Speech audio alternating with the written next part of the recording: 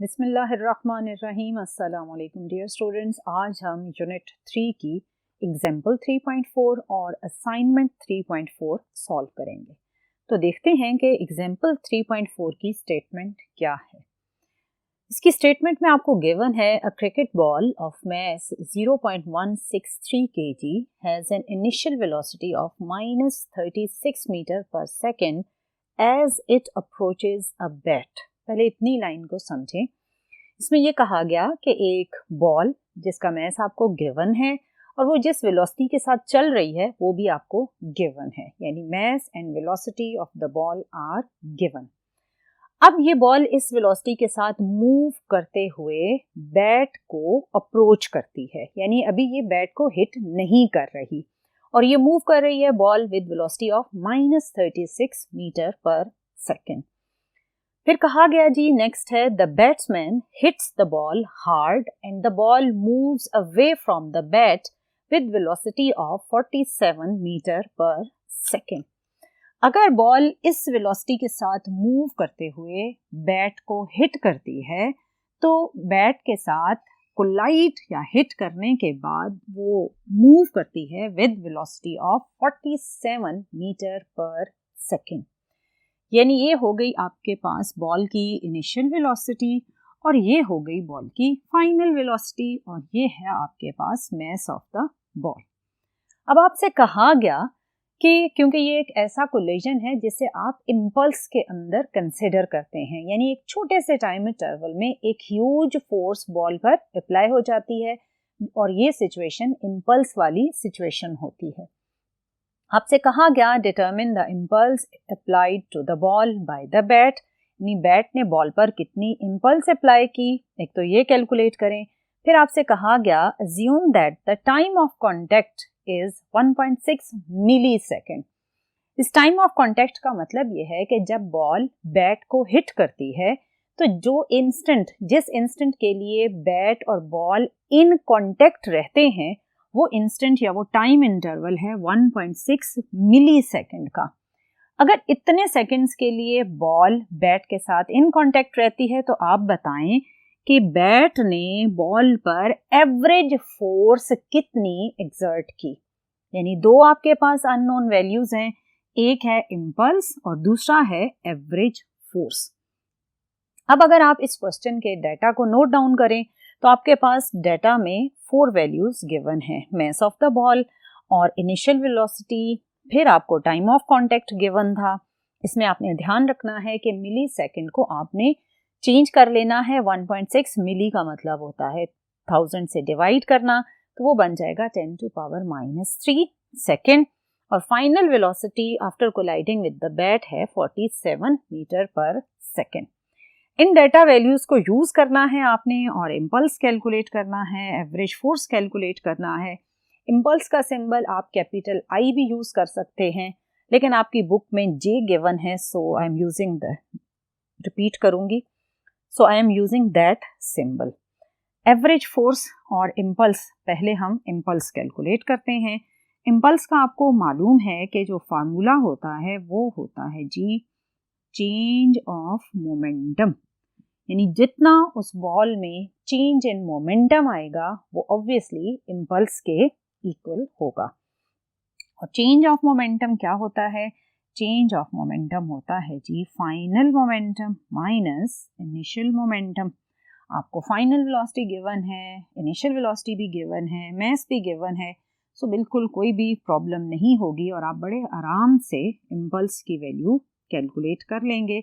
मास कितना है जी? Mass given है आपको 0.163, बल्कि अगर आप इसमें से मास को कॉमन ले लेते हैं बाहर और आप अंदर सिंपली VF माइनस VI लिखते हैं तो ज़्यादा आसानी के साथ आप इसे सॉल्व कर लेंगे। VI माइनस में है सो यहाँ पर भी माइनस का साइन है, तो आप केयरफुली पुट करें, वरना ये अगर आप इसे प्लस में नहीं लिखेंगे तो आपका आंसर रॉन्ग आएगा। यहाँ पर इस पूरे फैक्टर को आप सॉल्व करेंगे तो you will get 13.6 newton second. So ये आपके पास फर्स्ट जो अननोन था दैट वाज इम्पल्स, उसकी वैल्यू आपने कैलकुलेट कर ली, that is MVF minus MVI। इस फार्मूला से कैलकुलेट किया और उसका आंसर है 13.6 न्यूटन सेकेंड। ये बिल्कुल मुश्किल नहीं है, बड़े आराम से कैलकुलेट हो जाता है। फिर आपने कैलकुलेट करना है एवरेज फोर्स। एवरेज फोर्स और इम्पल्स का एक फार्मूला है जी, और वो फार्मूला है impulse is equal to F average into delta T. इसमें आपने एवरेज फोर्स कैलकुलेट करने के लिए इसको रीअरेंज किया तो F average is equal to I divided by क्या हो जाएगा, डेल्टा टी। आई की क्या वैल्यू है इसमें 13.6, या इम्पल्स की क्या वैल्यू है, दैट इज 13.6, और आपके पास डेल्टा टी कितना है, जो टाइम ऑफ कांटेक्ट था वो है 1.6 इंटू 10 टू पावर -3। इसका यूनिट था न्यूटन सेकेंड और ये भी है सेकेंड। तो ऑब्वियसली इसमें आपके पास जो एवरेज फोर्स की वैल्यू आएगी वो न्यूटन में आएगी, और एवरेज फोर्स जब आप कैलकुलेट करेंगे तो you will get 8.5 10 to power 3 newton. अगर आप इसे पावर के बगैर लिखेंगे तो यू विल गेट 8500 न्यूटन।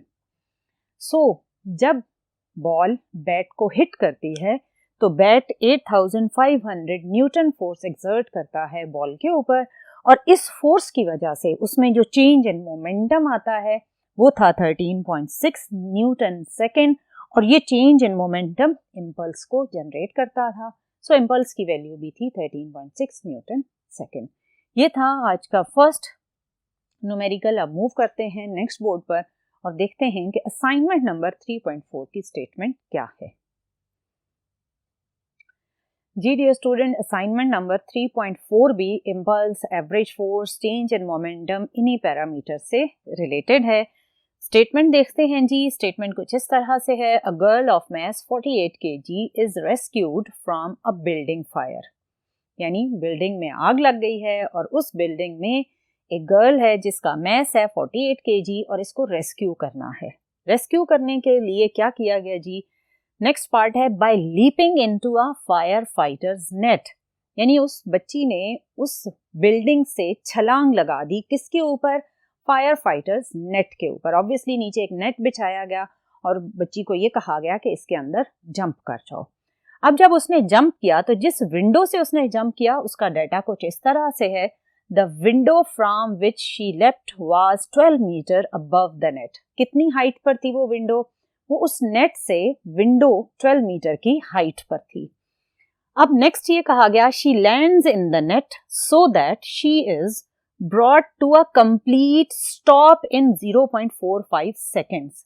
इतने पार्ट का ये मतलब है कि जब उसने 12 मीटर हाइट से जंप किया, नेट पर आई, तो नेट ऑब्वियसली जब उसने, रिपीट करूंगी, जब ऑब्वियसली उसने लैंड किया तो नेट में मूवमेंट आएगी, लेकिन कितनी देर के लिए, 0.45 सेकेंड्स के बाद वो नेट या वो बच्ची दोनों कंप्लीट रेस्ट पर आ गए।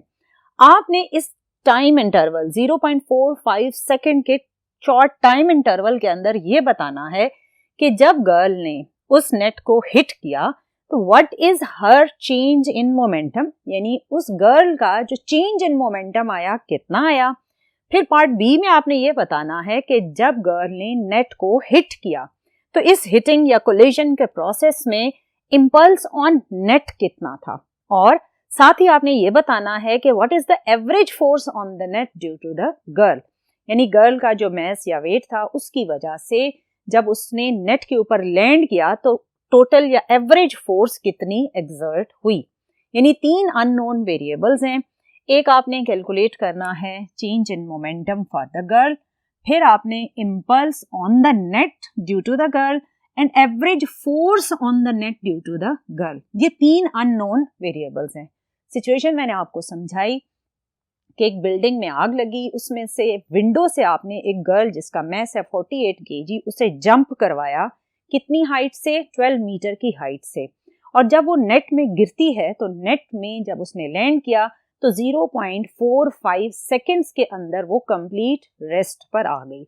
इस सिचुएशन में आपने ये 3 अननोन वेरिएबल्स कैलकुलेट करने हैं। तो आपने डाटा नोट किया, mass of the girl is 48 kg, क्योंकि वो इनिशियली जब बिल्डिंग में खड़ी थी विंडो के पास तो वो रेस्ट पर थी, तो उसकी इनिशियल वेलोसिटी थी 0 मीटर पर सेकेंड।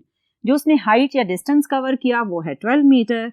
जब वो लैंड हुई तो कितने टाइम इंटरवल को आपने टाइम ऑफ कांटेक्ट कहा, वो है 0.45 सेकेंड्स।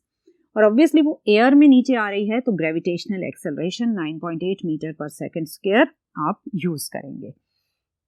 अननोन वेरिएबल्स थे change in momentum of the girl, impulse on the net and average force on the net.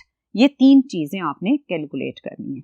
Part A में जब आपने चेंज इन मोमेंटम कैलकुलेट करना है तो आपको मालूम है कि चेंज इन मोमेंटम का फार्मूला होता है final momentum minus initial momentum.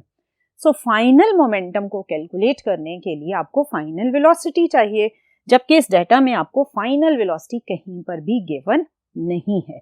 सो पहले बच्चे आप कैलकुलेट करेंगे फाइनल वेलोसिटी, ताकि आप फाइनल मोमेंटम को आसानी से कैलकुलेट कर सकें। So final velocity VF calculate करने के लिए हम जो इक्वेशन यूज करेंगे वो है 2AS = VF² माइनस VI²। अब डाटा देखकर खुद डिसाइड करते हैं कि मुझे कौन सी इक्वेशन ऑफ मोशन यूज करनी है, ताकि आपके डाटा जो इक्वेशन के लिए रिक्वायर्ड है वो आपको कंप्लीट मिले। अब इसमें हमें सारी डाटा वैल्यूज गिवन हैं और आप बड़े आराम से फाइनल वेलोसिटी कैलकुलेट कर सकते हैं। एक्सेलरेशन है 9.8, डिस्टेंस था 12 मीटर, फाइनल वेलोसिटी आपने कैलकुलेट करनी है, जबकि इनिशियल वेलोसिटी है 0। ठीक है जी। अब यहाँ से आपने सिंपली फाइनल वेलोसिटी जब कैलकुलेट की तो आपके पास आंसर आया 15.3 मीटर पर सेकेंड। ये जो 3 फैक्टर्स हैं 12, 9.82, इन्हें आप मल्टीप्लाई करेंगे और उसके बाद क्योंकि VF² है तो आप इसका रूट लेंगे, then you will get final velocity 15.3 metre per second. अब इस फाइनल वेलोसिटी को आप यूज करें और आप आराम से कैलकुलेट कर लेंगे डेल्टा P। सो अब हम क्या कैलकुलेट करेंगे जी, अब हम पार्ट ए में डेल्टा P जो कि इक्वल है mVF माइनस mVI। इसमें आप अगेन अगर मोमेंटम को कॉमन ले लें तो इट विल बी इजियर। ये हो गया। इसमें अब आप गर्ल का मास था 48 kg, फाइनल वेलोसिटी अभी आपने कैलकुलेट की, that velocity is 15.3। Initially she was at rest, initial velocity क्या हो गई जी, 0। सो जब आप यहाँ से डेल्टा P कैलकुलेट करेंगे तो it will be 734.4 newton second, या आपको अगर ये भूल जाए तो simple kg metre per second.